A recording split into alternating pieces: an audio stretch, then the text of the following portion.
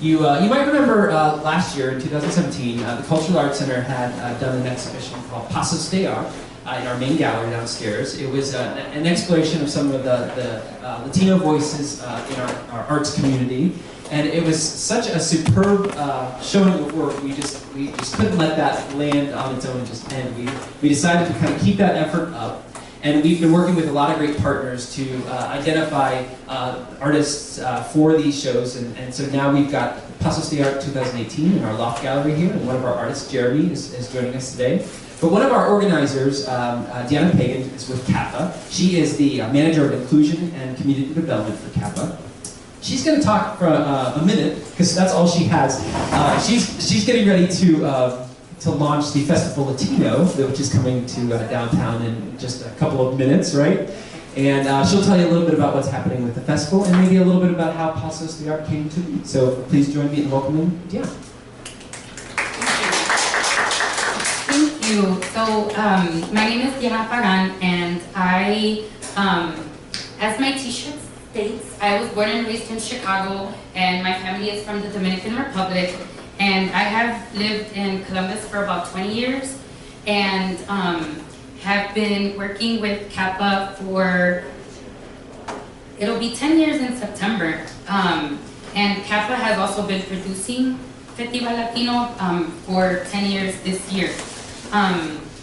As a Latina and working with an organization like Kappa with so many resources, for me, it's really important to make sure that Festival Latino is not only a festival where we present music and the amazing food that consists of all the different countries in the Latino Hispanic community, but that we also support those organizations that are providing services to the Latino community, and to support Latino-owned businesses, to support Latino entrepreneurs.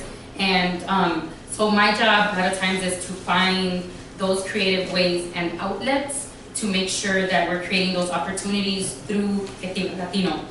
A couple years ago, we had a conversation about how can we support more Latino businesses. So we know that through the music, we support bands. We know through the food, we support local businesses in the food sector. So we had this idea of creating a visual artist area where we could extend 60 feet of space, which is pretty significant at a festival, to local artists, providing them the space for free, and as an opportunity for them to just create and encourage them to create new pieces of work, so that we could have more visual art at the festival. Hopefully maybe one day we can have, people can come to the festival expecting to purchase art. So the visual artist area was born. It's been a huge success for the past 6 years. Last year, we kind of extended the visual artist area into Pasos de Arte. Pasos de Arte was an opportunity for us to work and create a partnership between Kappa, the Cultural Arts Center, and Our Lady of Guadalupe Center. If you guys don't know, Our Lady of Guadalupe Center is a nonprofit organization here in Columbus that serves the Latino community. They're predominantly a food pantry, but now they have a community center. And there were a couple of artists that we met. Nelsa Avalo is one of those artists. Her pieces are part of the Pasos de Arte exhibit. And this collaboration was put together so that the clients of Our Lady of Guadalupe Center have an economic opportunity to showcase their art. So from that, Pasos de Arte has been a huge success, and we appreciate that this year we were able to do it for a second year, and you know, to work with artists like Jeremy and Nelsa and Kenny Ramos and Cecilia Roman, who are all local artists who are contributing to the art scene. I'm blabbing. Festival Latino is a 2-day festival. It's actually next weekend. We're anticipating about 210,000 people. And I mean, it really is just like a celebration of the Hispanic culture. You can experience it through the music, the food, the art. We actually have a fashion show. We have an area where we showcase Latino authors. I mean, if you want to know more, educate yourself a little bit more of the Latino community, I recommend that you attend the festival. It's August 11th and 12th from 11 a.m. to 8 p.m. Is it at that Centennial Park? It's actually at Genoa Park. So it's just across the bridge. Is that what they're setting up now? No. It's a big setup down there. I'm not sure. California. Oh, yeah. And no, I think Jazz and Arts is that passed. Yeah. That passed. Is Genoa the one that's like Rosaario or the one right at the city hall? It's the one right behind Coastal. Yep. And we moved into Bicentennial Park a couple years ago when they were doing the construction in the river, or on the river. And we moved over to the Bicentennial Park just because that river is like the backdrop to the festival. And I don't know if you guys recall, but when the river was being narrowed down, there were like shopping carts that were found in the water, and it was just not the prettiest sight to have a festival. I mean, and that having the city as the backdrop is amazing. So we just, you know, moved over to the Bicentennial Park, but we're over back on the Genoa Park side now. Are there any other questions, comments? I do have just a few materials. There's a flyer that kind of showcases who the artists are. There's also a one-pager that kind of just breaks down the festival by numbers. And if anyone wants a magnet, there's also some magnets up here.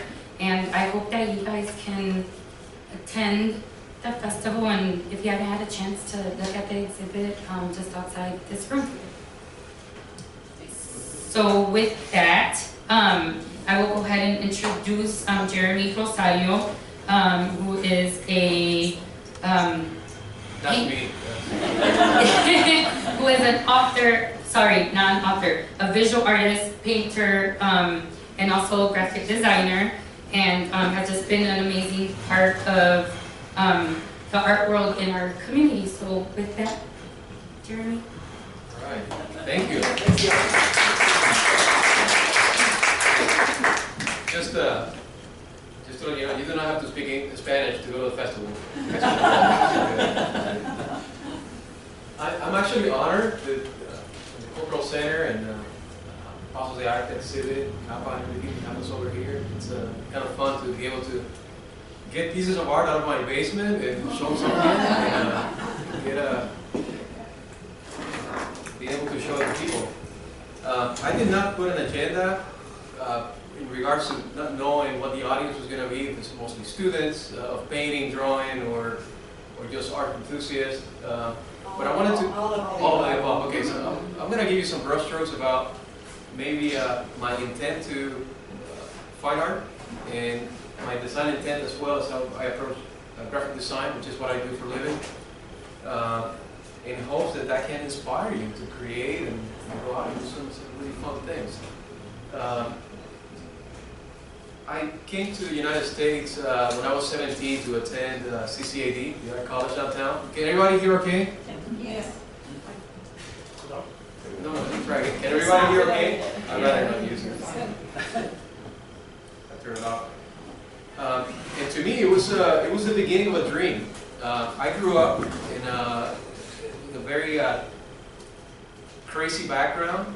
My dad left the house when I was 5, and I won't get into details, but it was not the best upbringing. So as a child, I remember going to a park, and it was an art festival when I was maybe 7 years old, and I saw a gentleman doing drawings and landscapes, and I thought, wow, that looks pretty amazing. I'd love to do that.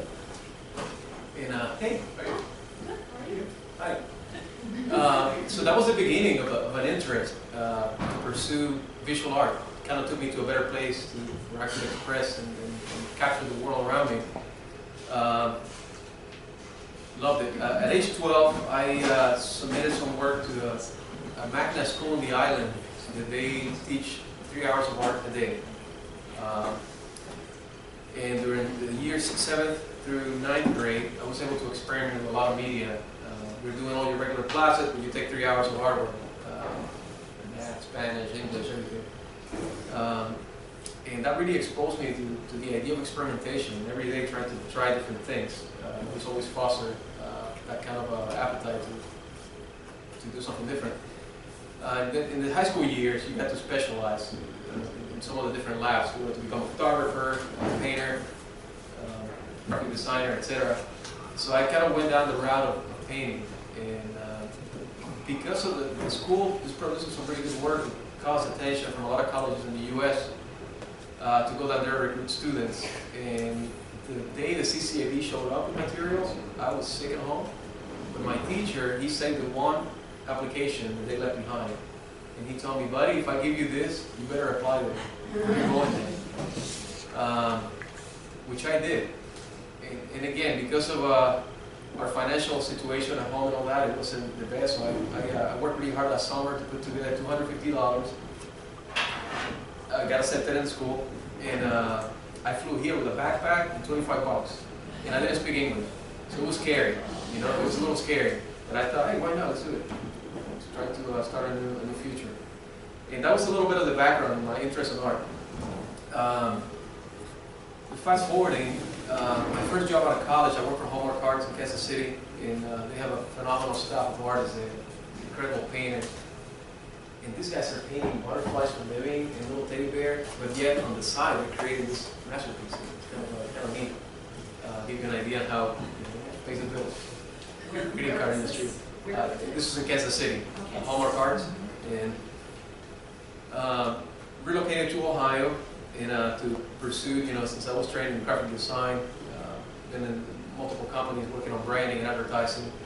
And right now I work as a design director for GSW, it's a pharmaceutical advertising agency. Typically we don't show all of the work that we do there because we're working on brands that are going to be launched in the next couple of years. So it's kind of it's a secret. It's a secret, yeah. I can't tell you. Yeah. Even if we torture you? Yeah. So I want to show you a little bit of some experimental work. I keep sketchbooks where I'm constantly doing doodles. If you guys are wanting to see some of that, I can pass them around. Several years ago, I came with an initiative of doing this daily art. And every day in a sketchbook, I may do cut paper or do some silly things. I just opened it up and happened to reveal this. This is a Dalmatian dog eating a bone, and he's wearing fancy shoes. I do this kind of things in between meetings sometimes, just for fun. Combination of cut paper, lady with the sun coming up. But I think as a designer, this kind of exercise kind of trains you to think differently about a life area in a canvas, composition, color relationship, shapes. And that has always been a driver. And do you follow the same schedule? Do you do it first thing in the morning? Do you do it No, after it work? could be any time during the day. So, unfortunately, there are days when I'm really busy and I may not do it, but then I can crank out a few pieces later. This was just in between a meeting 2 days ago. I took a little piece of pastel and thought, what if I just tried to duplicate intentional shapes of what's happening in the eye, the nose structure, the mouth, and just leave it there. As a process, it kind of trains you to think different about lighting, and I spill coffee in my notebooks too. Sometimes I can do little sketches. Yes. Are these all from your mind, or do you work from life references? These are from my mind. I'm doing these little sketches. Sometimes it could be that I see somebody near me and I just sketch them out without them looking.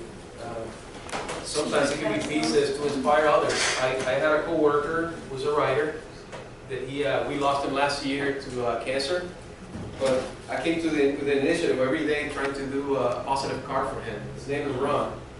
So one day I thought, how can I communicate? Be strong, Ron. So I just scanned my fist and scanned and put a little closer together. Be strong, and then RON, Ron, his name. And that was a fun initiative, and so I think as an artist, I just love to just to stay engaged with the world, connect with people. I love connecting with people, and that has been a driver within the theme of some of the work. I'm going to share a couple of pieces here that are a little special for me. Did you One, have some of those around, please? yes. And part of the sketchbooks too, it's kind of fun just to collect things that you like, labels, candy wrappers. This is masking tape. I did a little piece of somebody screaming, trying to scream out for help, so why not? And visually I can scan those things later. And, let me see, pass them around. And also it's like you challenge yourself for a different medium on each page. Yeah. This was a close-up of a person, and I thought, what if I turn it into a chicken? I can cut it, and why not?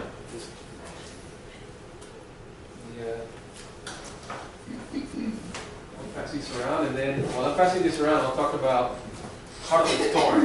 I don't know if I mentioned earlier, I grew up in Puerto Rico, little island, and you know that the island was devastated in September of last year, 17. And John came and helped us with a really cool initiative. I have always believed that art can be used to educate, to move, to inspire, and to help people take action on things. So I developed a silk screen after the hurricane took place with the idea of what if we just help raise some money to begin sending food. Part of the story is the day when the hurricane was going through in the island, I hadn't had a surgery, so I'm sitting in bed with my iPad looking at Facebook. And all I can see in Facebook were the feeds of a lot of my friends, family members, high school friends, just describing this thing as a roaring monster through the night. I mean, my sister, her house flooded with 2 feet of water. Their houses near rivers that completely gone. People drowned. Some of the things the media doesn't talk about is the amount of bodies that were buried, loved ones because of this resources. Power being wiped out for almost a year, restoration. And I did a silk screen of, wanted to create a positive message of father, son, and the hammer and the flag trying to rebuild the island.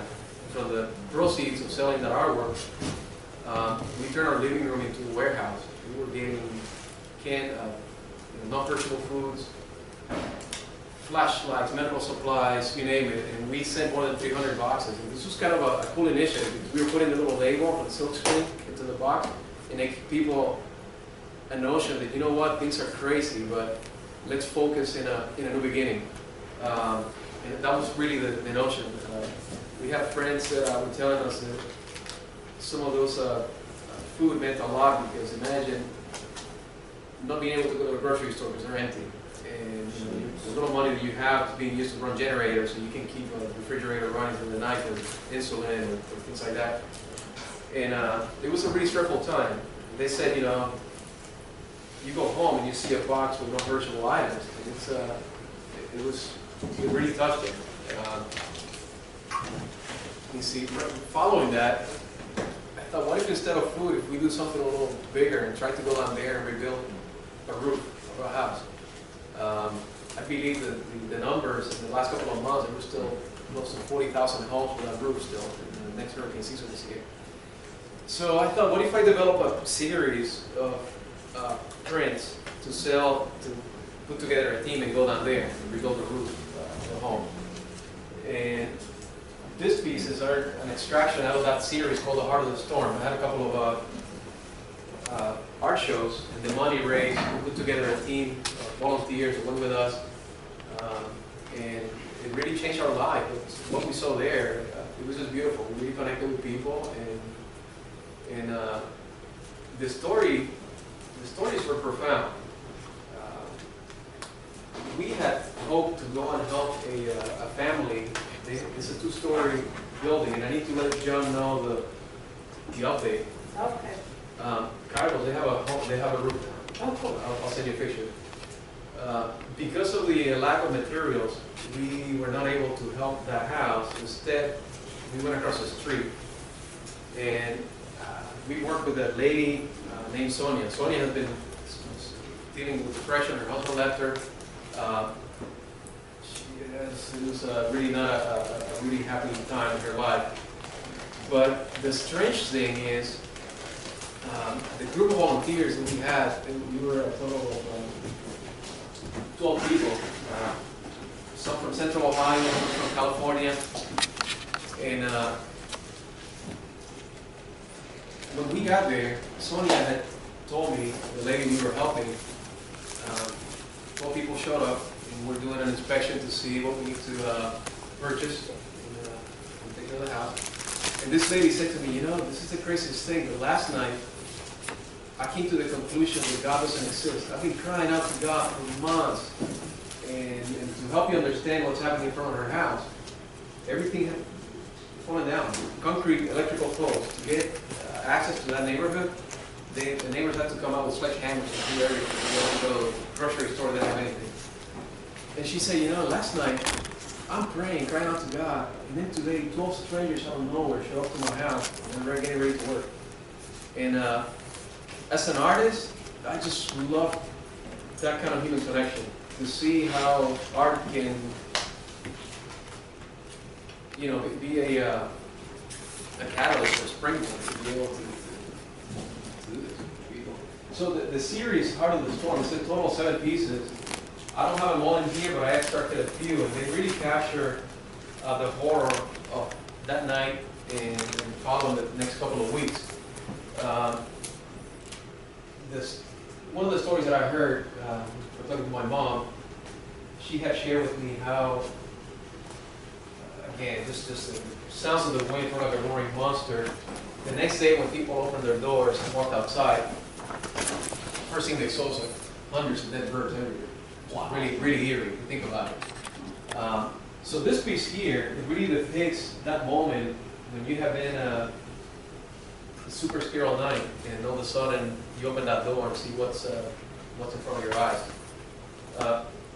As an artist and a designer, one of the things that I have been trying to push myself is using hands to express emotion. So for those of you who are studying art, and intentional brushstrokes too. You know, I think this piece captures that. Also, as a designer, that immediacy of visual communication. And one area that I want to investigate too in the art is how much can you extract out of detail in a piece and still connect that kind of emotion. If you get close to this piece, look at the eye. It's just 2 brushstrokes.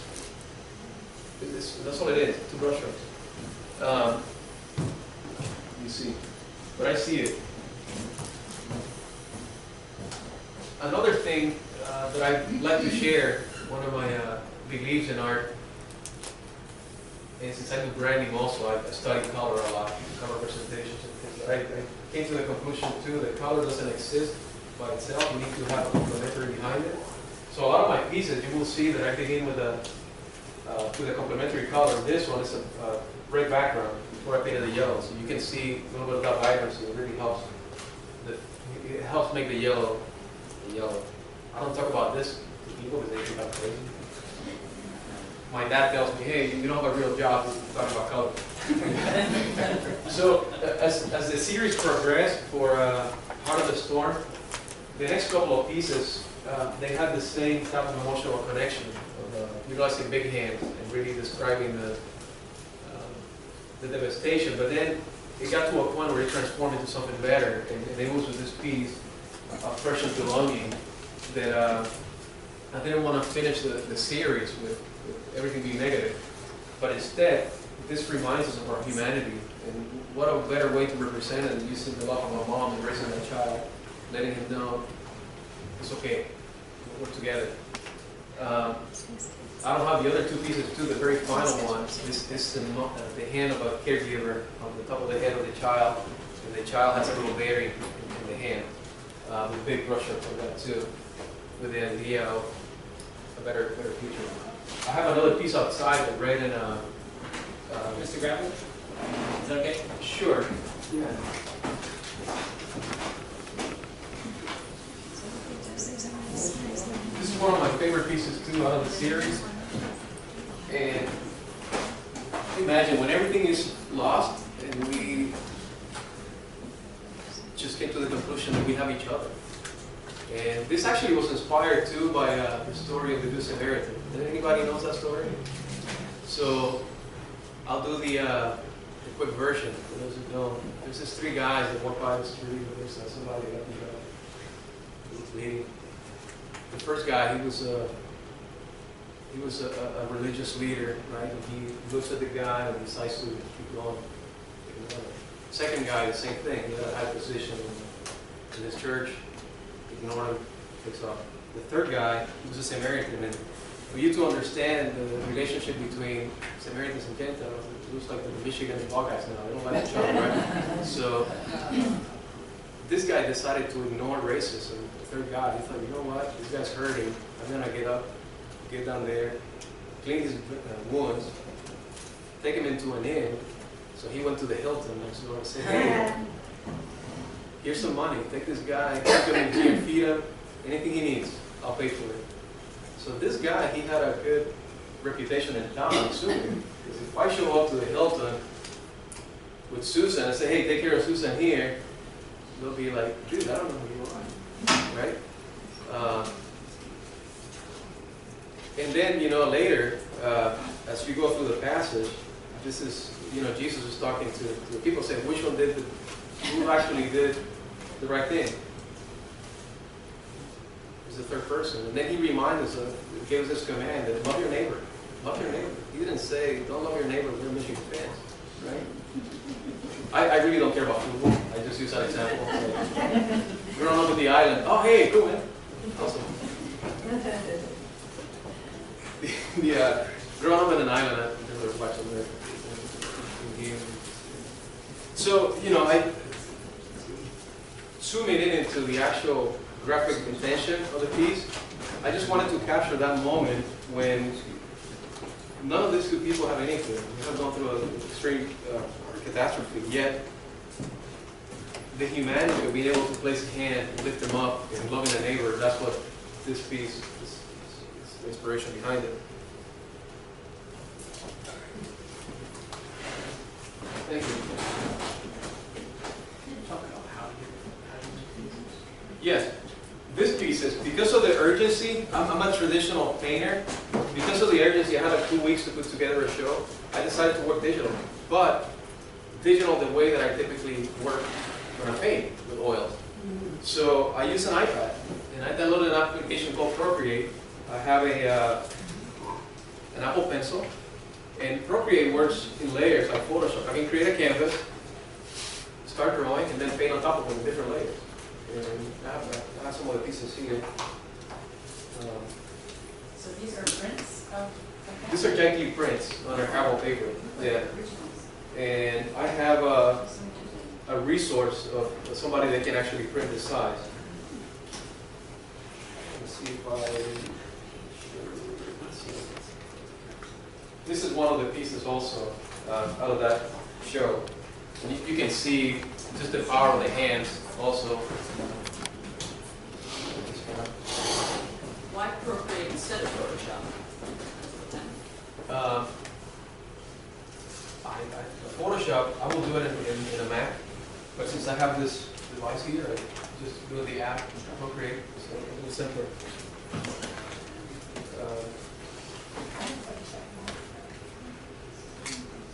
Is that the first time you would use that? Yeah. They have the quality of a silk screen. You talked about silk screening earlier. Yeah. They have the same quality as a silk screen, but also the same quality as almost like a roller, using a roller to painting that stuff. It's really fun. And actually, to your question, Procreate, I can export the files as PSDs. I open them in Photoshop, and I did a little manipulation on the making sure that everything was CMYK before I send it out to the printer. Color corrected the piece, etc.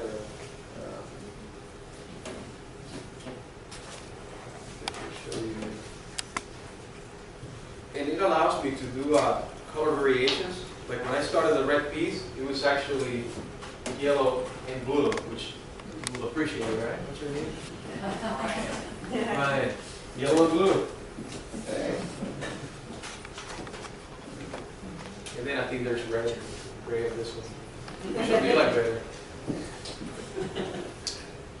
But in regards to color relationship and studying color, by having multiple explorations, it really allows me to establish a tonal point and where I want people to focus. When the background is brighter, I get to focus in the person's eye. When you change that color relationship here, what I was looking for is the embrace. And I think that just by switching that chroma to a warmer tone, you get to see the two figures instead of just one person being lifted up. So it's kind of like a strategic choice. It's thinking color. And you came to that conclusion just trial and error?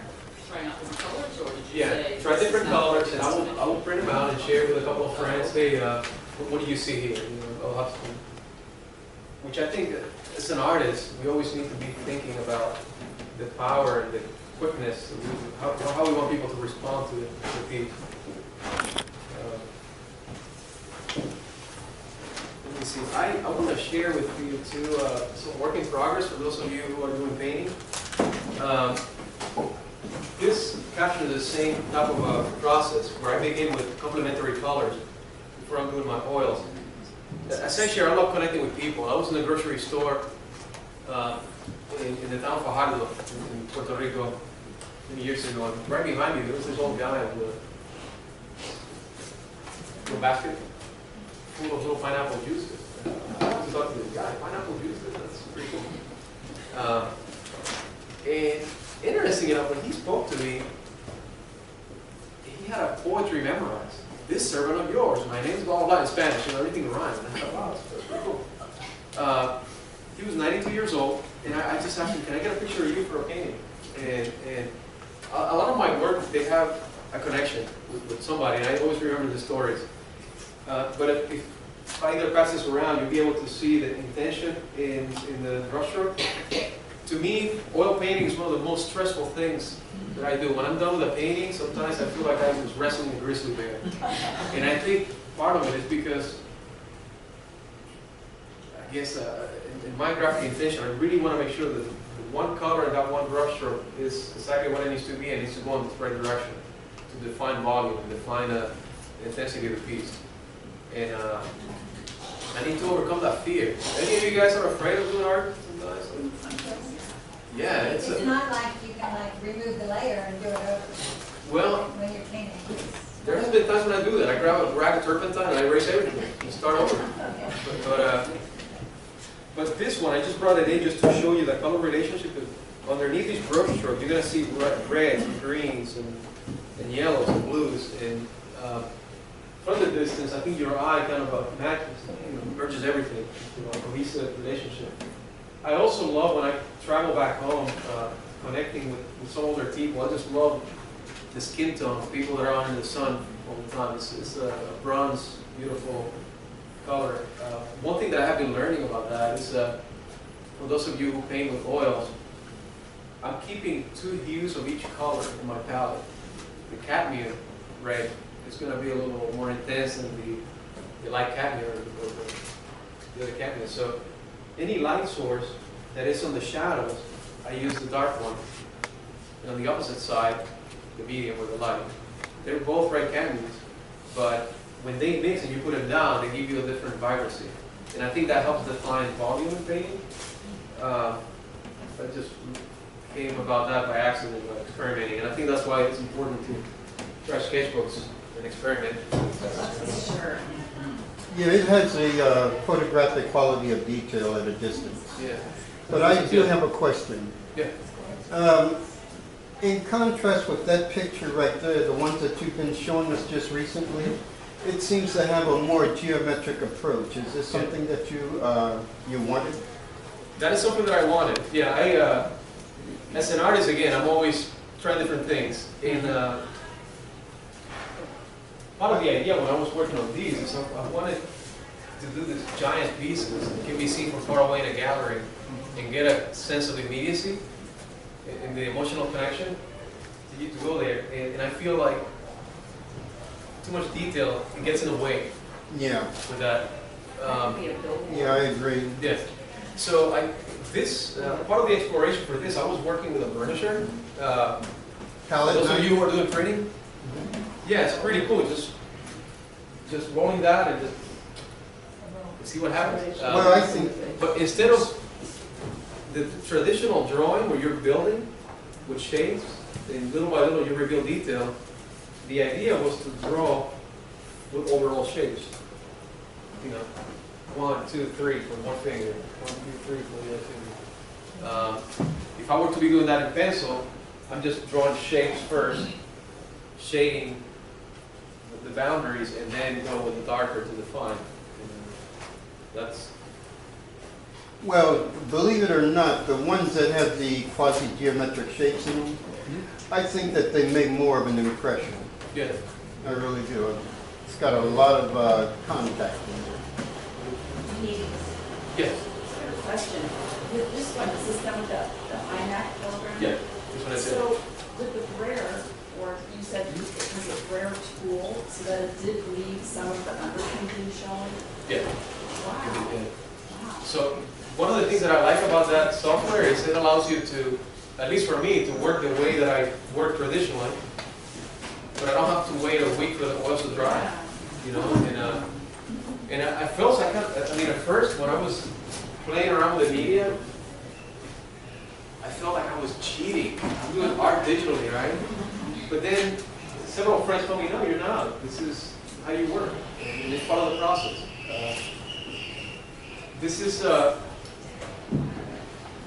want to continue another series, and this is kind of like a sketch out of that. When I was in Puerto Rico working, fixing the roof, I took a lot of photographs of people. And I'm working right now on a series of big wall paintings that will connect the people that left, came here to Columbus, as well as the ones who are rebuilding the island. And I have a series of like 12 portraits, and John hopefully will be one of them. Okay. Yeah, I took a picture of him. He looks more heroic. Let me see. So this gives you an idea too. I mean, I on canvas, I like, I think it's yellow ochre on this one. Sometimes I use brighter color, but then you do the drawing, I start blocking things in. I just brought this in for the process, if you guys want to see how I start building things. Any congratulations to see 96, or actually 2000. I believe it was 2000. How did you learn such proficient English? You know, I think I just went for it. I don't know. Do you have any interest in architectural drawing or painting? You may find in Instagram or even in Facebook, some of the silly things I do too is I find faces in places. And every once in a while I post a picture of something that looks like a face. It drives my kids crazy. I'll wait for that again. So